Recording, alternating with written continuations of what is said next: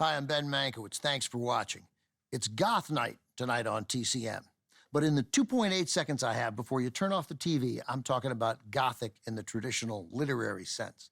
And I apologize to anyone into the goth subculture. I'm just kidding. I have pale skin. My favorite suit is black. I like The Cure. Up first, an adaptation of a classic Gothic novel by Victor Hugo from RKO in 1939, The Hunchback of Notre Dame.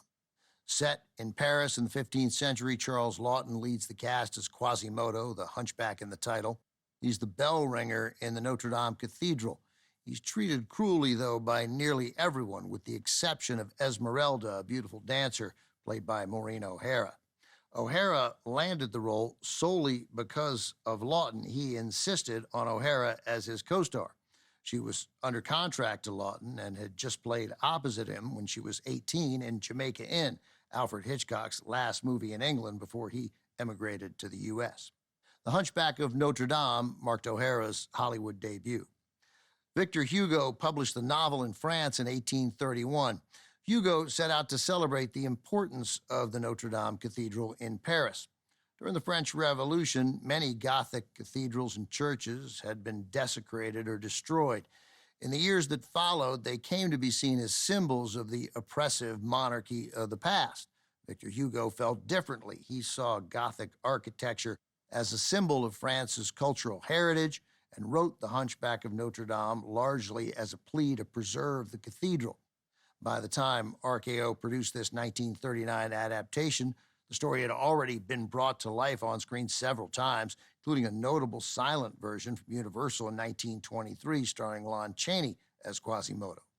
MGM's head of production, the legendarily talented Irving Thalberg, wanted to remake the film with sound as early as 1934, and even then, Thalberg wanted Laughton as Quasimodo. Laughton regarded the role as one of the most interesting characters any actor could play.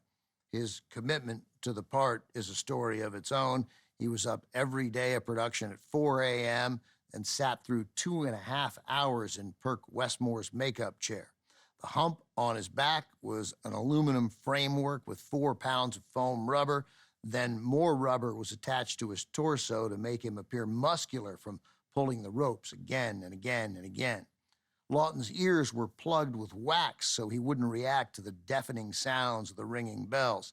And he did it all during one of the hottest LA summers in history, with temperatures consistently over 100 degrees. Here's the film from 1939, directed by William Dieterle, also with Thomas Mitchell, Cedric Hardwicke, and Edmund O'Brien in his film debut, The Hunchback of Notre Dame.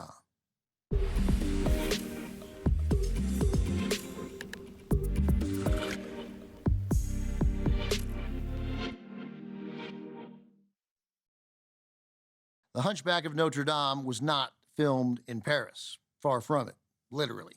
The studio constructed a magnificent replica of medieval Paris and the Notre Dame Cathedral on the RKO Ranch in Encino. Now, to be fair, Encino is widely considered the Paris of the San Fernando Valley. In her memoir, published in 2004, Maureen O'Hara recalled seeing the set for the first time. The sight of it awed me, she wrote. The outdoor sets were astounding. A 15-acre recreation of 15th century Paris had been designed from a 400-year-old wood carving of the city. We didn't go on location to Paris, O'Hara continued, but anyone who watches the film would believe that we had. She was equally impressed when she saw her good friend and mentor Charles Laughton made up as Quasimodo for the first time by makeup artist Perk Westmore. The transformation was unbelievable, O'Hara recalled, and was accomplished without any of the advanced technology used today.